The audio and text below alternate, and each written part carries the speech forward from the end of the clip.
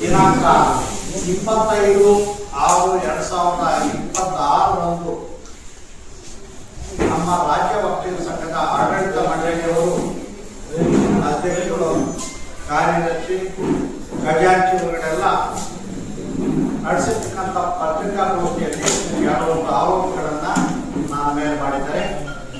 ಆ ಆರೋಪಗಳ ಸ್ಪಷ್ಟೀಕರಣಕ್ಕೋಸ್ಕರ ಈ ಒಂದು ಸುದ್ದಿಗೋಷ್ಠಿಯನ್ನು ಕರೆದಿದ್ದಾರೆ. ಹೇಳಿದ್ದಾರೆ, ದಿನಾಂಕ 17/9/2025 ನಡೆದ ಕಾರ್ಯಕಾರಿ ಸಮಿತಿ ಸಭೆಯಲ್ಲಿ ಕೋನಪ್ಪರೆಡ್ಡಿ ಕಾರ್ಯದರ್ಶಿಯಾಗಿದ್ದರು. ಅವರು ತಗೊಂಡಂತಹ ತೀರ್ಮಾನದಂತೆ ನಾವು ನೇಮಕಾತಿ ಮಾಡಿದ್ದೇವೆ. ದಿನಾಂಕ 17/9/2025 ಒಂದು ನಡವಳಿಕೆ, ನಿಮಗೆಲ್ಲ ಪುಸ್ತಕ ಕೊಟ್ಟಿದ್ದೀನಿ, ಫಸ್ಟ್ ಪೇಜ್ ಅದು. ಆ ಒಂದು ಇದರಲ್ಲಿ ಹಾಜರಿದ್ದ ಸದಸ್ಯರುಗಳು 23 ಜನ, ಗೈರು ಹಾಜರಿದ್ದವರು 12 ಜನ. 12ನೇ ಜನರ ಪೈಕಿ 2ನೇ ಹೆಸರು ನನ್ನ ಕ್ರಮ ಸಂಖ್ಯೆ 2 ಟಿ ಕೋನಪ್ಪರೆಡ್ಡಿ ಗೈರು ಹಾಜರು. ಕಾರಣ, ನಾನು ನನ್ನೊಟ್ಟಿಗೆ ಕೆಲವೊಂದು ಒಕ್ಕಲಿಗ ಮುಖಂಡರು ಮೀಸಲಾತಿ ವಿಷಯದಲ್ಲಿ ಹುಬ್ಳಿಗೆ ಹೋಗಿದ್ದೀವಿ. ಅವರು ಅಂದಿನ ಅಧ್ಯಕ್ಷರಾದ ಕೆಂಚಪ್ಪಗೌಡ ಅನುಮತಿ ಕೊಡೋದು. ಅಂದಿನ ಸಭೆಗೆ ನಾನು ಹಾಜರಿರಲಿಲ್ಲ. ಸಭೆಯ ನಡಾವಳಿಯಲ್ಲಿ ನೋಡಬಹುದು, ಕೆಂಚಪ್ಪಗೌಡ ಸಹಿ ಮಾತ್ರ ಇದೆ, ಕಾರ್ಯದರ್ಶಿ ಅಂತ ಕೋನಪ್ಪರೆಡ್ಡಿ ಅವರ ಸಹಿ ಇಲ್ಲ. ಇಲ್ಲಿ ಸಂಘಗಳಲ್ಲಿ ಯಾವುದೇ ಒಂದು ವಿದ್ಯಾಸಂಸ್ಥೆಗೆ ಅದು ಉಪಕರಣ ಕೊಡ್ಕೊಡೋದಿರಲಿ, ಕಟ್ಟಡ ಕಟ್ಕೊಳ್ಳೋದಿರಲಿ, ನೇಮಕಾತಿ ಇರಲಿ, ಅವರು ತಮಗೆ ಇಂಥ ಸಮಸ್ಯೆಗಳಿವೆ, ಇವನ್ನ ಮಾಡಿಸ್ಕೊಳ್ಬೇಕು ಅಂತ ಕಾರ್ಯದರ್ಶಿಗೆ ಅರ್ಜಿ ಕೊಟ್ಟರೆ ಕಾರ್ಯದರ್ಶಿ ಕಾರ್ಯಕಾರಿ ಮಂಡಳಿಯ ಮುಂದೆ ಕಾರ್ಯಸೂಚಿಯಲ್ಲಿಟ್ಟು ಅದನ್ನ ಮಂಡಿಸ್ತಾರೆ. ಇರೋದು ಇರಬೇಕಾಗ್ತಿದೆ. ಆದರೆ ಆ ಸಭೆಯಲ್ಲಿ ಇರಲಿಲ್ಲ. ನಾನು ಇದ್ದರೆ ಇರುವಂತಹ ಸಮಯದಲ್ಲಿ ತೀರ್ಮಾನ ತಗೊಂಡಿದ್ದಾರೆ. ಏನಂತ, 18 ಪೋಸ್ಟ್ ಕಂಪ್ಯೂಟರ್ ಆಪರೇಟರ್ ತಗೋಬೇಕು ಅಂತ. ಕಂಪ್ಯೂಟರ್ ಆಪರೇಟರ್ ತಗೋಬೇಕು ಅಂತ ತೀರ್ಮಾನ ತಗೊಂಡಿದೆ. ಕಂಪ್ಯೂಟರ್ ಆಪರೇಟರ್ ಯಾವ ರೀತಿ ತಗೋಬೇಕು ಅನ್ನೋದಕ್ಕೆ ಇಲ್ಲಿ ಹೇಳ್ತಾ ಇದೆ. ಚರ್ಚೆಯ ನಂತರ ಈ ಕೆಳಗಡೆ ತೀರ್ಮಾನಿಸಲಾಯಿತು. ಆ ಪೇಜ್ ನಂಬರ್ 127 ಬಿದ್ದಿದೆ, ಅದರೊಳಗೆ 3ನೇ ಪೇಜ್ 4ನೇ ಪೇಜ್. ಈ ಕೆಳಕಂಡ ಪಟ್ಟಿಯಲ್ಲಿ ತಿಳಿಸಿರುವ ಬೋಧಕೇತರ ಸಿಬ್ಬಂದಿಗಳಂತೆ ಪತ್ರಿಕೆಗಳಲ್ಲಿ ಜಾಹೀರಾತು ನೀಡಿ ಸಂದರ್ಶನದ ಮುಖಾಂತರ ನಿಯಮಾನುಸಾರ ನೇಮಕ ಮಾಡಿಕೊಳ್ಳಲು ತೀರ್ಮಾನಿಸಲಾಯಿತು. ಇದರಲ್ಲಿ ಎಷ್ಟು 21,000 ಸಂಬಳ ಪ್ಯೂರ್ಲಿ ಟೆಂಪರರಿ. ಇದಾದ ನಂತರ 5/2026 25 ಜನ ಕೊಡ್ತಾರೆ ನೇಮಕಾತಿಗಳು. ಇಲ್ಲಿ ಸಂಬಳ ಎಷ್ಟು, ಅಲ್ಲಿ 21, ಇಲ್ಲಿ 30 ಆಯ್ತು, 30,000. ಅದಕ್ಕೆ ನೀವು ಬುಕ್ಸ್ ಕೊಟ್ಟಿರೋದು ನಾನು ಬರೀ ಬಾಯಿ ಮಾತ್ರ ಈ ತೋರಿಸ್ಬಿಟ್ಟು ಸುಮ್ಮನೆ ಬರ್ಲಿಲ್ಲ. ನಾನು ಬುಕ್ಸ್ ಕೊಟ್ಟಿದ್ದು ಇದೇನಾದ್ರೂ ತಪ್ಪಿದ್ರೆ ದಯವಿಟ್ಟು ನಾನು ಅವತ್ತೇ ರಾಜೀನಾಮೆ ಮಾಡ್ಬೇಕು. 27ನೇ ತಾರೀಕು 27ಕ್ಕೆ, ಆಮೇಲೆ 30ನೇ ತಾರೀಕು ಸುಮಾರು ಜನ ಕೊಟ್ಟು 8 ಜನಕ್ಕೆ, 4ನೇ ತಾರೀಕು ಒಬ್ಬರು ಕೊಟ್ಟರು, ಆಮೇಲೆ 5ನೇ ತಾರೀಕು ಒಬ್ಬರು ಕೊಟ್ಟರು, ಆಮೇಲೆ 26ಕ್ಕೆ ಇನ್ನೊಬ್ಬರು ಕೊಟ್ಟರು. ಅಂದ್ರೆ ತಮಗೆ ಬೇಕಾದಂಗೆ ನೇಮಕಾತಿ ಆದೇಶಗಳನ್ನು ಕೊಟ್ಟರು. ನಾವೆಲ್ಲ ದಿನ ನೀವೇನು ಕೊಡ್ತಾ ಇದ್ದೀರಿ, ಸರ್ಕಾರ ಮಾಧ್ಯಮದ ಮೂಲಕ ತಿಳಿಸ್ತಾ ಇದೆ ನೇರ ನೇಮಕಾತಿ ಅಂತ ಹೇಳ್ತಾರೆ.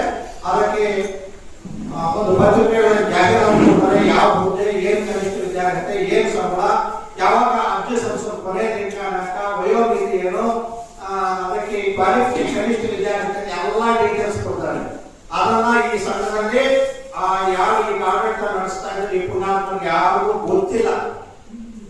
ಹಾಗಾಗಿ ಅವರಿಗೆ ಇಷ್ಟ ಬಂದವರಿಗೆ ನಿಮಗೆ ಸಂಘದಲ್ಲಿ ಹೋದ್ರೆ ಏನ್ ಜಾಬ್ಗೋಸ್ಕರ ಕನಸನ್ನ ಕೊಡ್ತೀರಿ, ಏನ್ ಕೊಡ್ತೀರಾ ಅಂತ ಕೇಳೋವಂತ ಪರಿಸ್ಥಿತಿ. 37 ಜನ SDA ಕಂಪ್ಯೂಟರ್ ಆಪರೇಟರ್ ಅಂದ್ರು. ಅಲ್ಲಿ ಬೇಕಾಗಿದ್ದು 18 ಜನ ಕಂಪ್ಯೂಟರ್ ಆಪರೇಟರ್. ಇಲ್ಲಿ SDA ಸೇರಿಸುತ್ತೆ ಅದಕ್ಕೆ. ಆಮೇಲೆ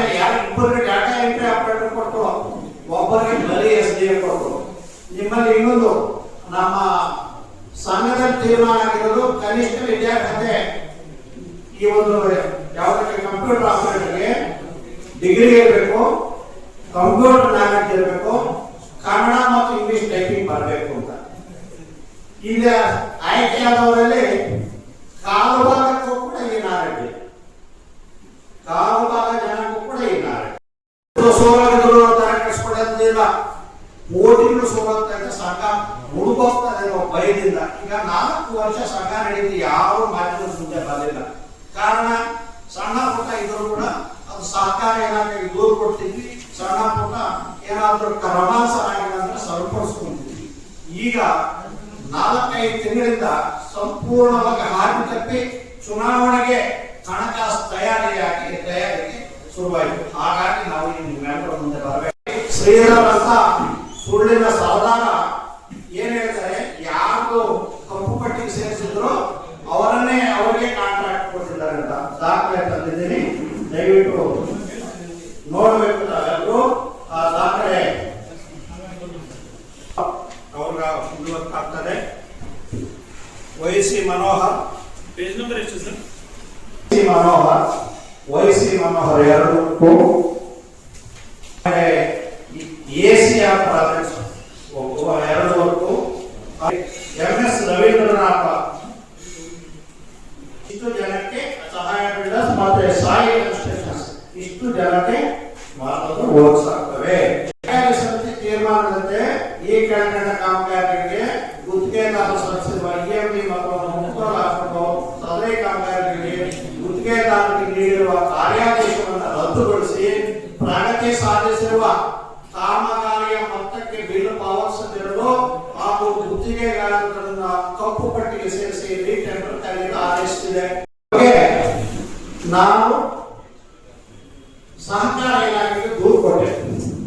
ಸಹಕಾರ ಇಲಾಖೆಯವರು ಅದೊಂದು ಆದೇಶ ಕೊಡ್ತಾರೆ, ಏನಂತ,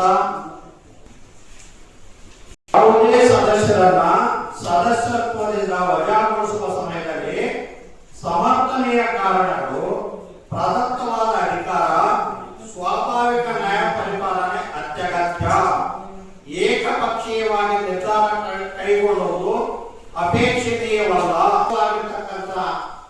ಖಜಾಂಚಿಯವಾದಂತಹ ಶ್ರೀಧರವರು ನಾವು ಕೋನಪ್ರೆಡ್ಡಿಯವನ್ನ ಸಹಕಾರ ಇಲಾಖೆ ನೀಡಿರುವ ದೂರಿನ ಮೇರೆಗೆ ಆ ಶಿಫಾರಸು ಮೇರೆಗೆ ಅಮಾನತು ಮಾಡಿದ್ದೀವಿ ಅಂತ ಹೇಳಿದ್ದಾರೆ. ಇದನ್ನು ದಾಖಲೆಗಳ ಸಮೇತ ದಾಖಲೆಗಳಿಗೆ ಕೊಟ್ಟಿದ್ದೀವಿ. ಹೆಚ್ಚಿಗೆ ಏನು ಸಂಬಳ ಕೊಟ್ಟಿದ್ದಾರೆ ಅಂತ ಆರೋಪಿಸಿದಾರಲ್ಲ, ಇದರ ಬಗ್ಗೆ ಇಷ್ಟೆಲ್ಲ ಆದ್ಮೇಲೆ ಕೋರ್ಟ್ ಹೋಯಿತು, ಹೈಕೋರ್ಟ್ ಅಲ್ಲೂ ಸ್ಟೇ ಸಿಕ್ತು, ಎಲ್ಲ ಆಯಿತು. ಟ್ರಯಲ್ ಕೋರ್ಟ್ ಅಲ್ಲಿ ವಿಚಾರಣೆ ನಡೆಸಿದ್ರು, ಟ್ರಯಲ್ ಕೋರ್ಟ್ ಅಲ್ಲಿ ವಿಚಾರಣೆ. ಈ ಮಧ್ಯದಲ್ಲಿ ಮತ್ತೆ ನಾನು ಕಾರ್ಯದರ್ಶಿ ಆದಾಗ KAT ಮೆಂಬರ್ ನಾರಾಯಣ ಸ್ವಾಮಿ, ರಿಟೈರ್ಡ್ ಕ್ಲಾಸ್ 1 ಆಫೀಸರ್ಸ್ 3 ಜನ ಸೇರಿಸಿ ಒಂದು ಕಮಿಟಿಯನ್ನು ಮಾಡಿದ್ರು.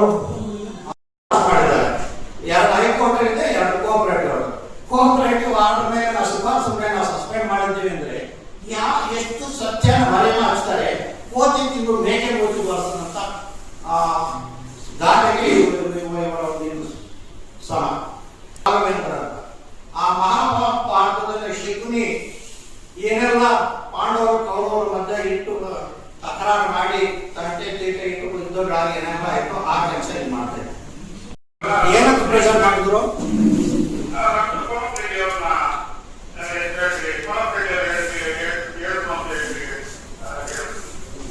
ಕೋನಪ್ರೆಡ್ಡಿ ಅವ್ರು ಹೇಳುದು ಅಂತ ಹೇಳಿ ಬರ್ಕೊಡಿ ಅಂತ.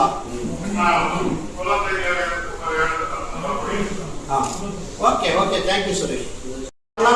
ಹೇಳ್ತಾರಲ್ಲ ನನಗೆ ಆ ವಿಷಯ ನಾನು ಮಾಧ್ಯಮದ ಮುಂದೆ ಇದ್ದೀನಿ. ನಿಮ್ಗೆ ಎಷ್ಟು ತಿಂಗಳು ಸಂಬಳ ನಿಲ್ಲಿಸಿದ್ರು ಡಾಕ್ಟರ್? 3 ತಿಂಗಳು. ಮತ್ತೆ ಈಗ ಯಾಕೆ ಮತ್ತೆ ಸಂಬಳ ಕೊಟ್ಟರು? ನೀವು ರಾಜೀನಾಮೆ ಕೊಟ್ಟಿದ್ರ ಇಲ್ವಾ? ರಾಜೀನಾಮೆ ಕೊಟ್ಟಿದ್ರಿ. ನಾ ಮೀಡಿಯಾ ಮುಂದೆ ಇದ್ದೀನಿ, ಯಾಕಂದ್ರೆ ಸತ್ಯಾಸತ್ಯತೆ ಮೀಡಿಯಾ ಗೊತ್ತಾಗ್ಲಿ ಅಂತ. ಇಂಥ ಅನ್ಯಾಯಗಳಲ್ಲಿ ಇವರು ಸುಮಾರು 35-36 ವರ್ಷ ಕೆಲಸ ಮಾಡಿದ್ದಾರೆ. ಒಬ್ಬರು ಚೇರ್ಮನ್ ಮಾಡಿದ್ದೀವಿ. ಆ ಚೇರ್ಮನ್ ಮಾಡಿದವ್ರು ಏನ್ ಮಾಡ್ತಾರೆ ಗೊತ್ತಾ, ಈಗ ಸುಗ್ಗಿ ಅಡ್ಮಿಷನ್ ಟೈಮ್ ಪ್ರತಿಯೊಬ್ಬರು ಕೂಡ ಚೇರ್ಮನ್ ಮೀಟರ್ ಅಡ್ಮಿಷನ್ ಆಗಬೇಕು.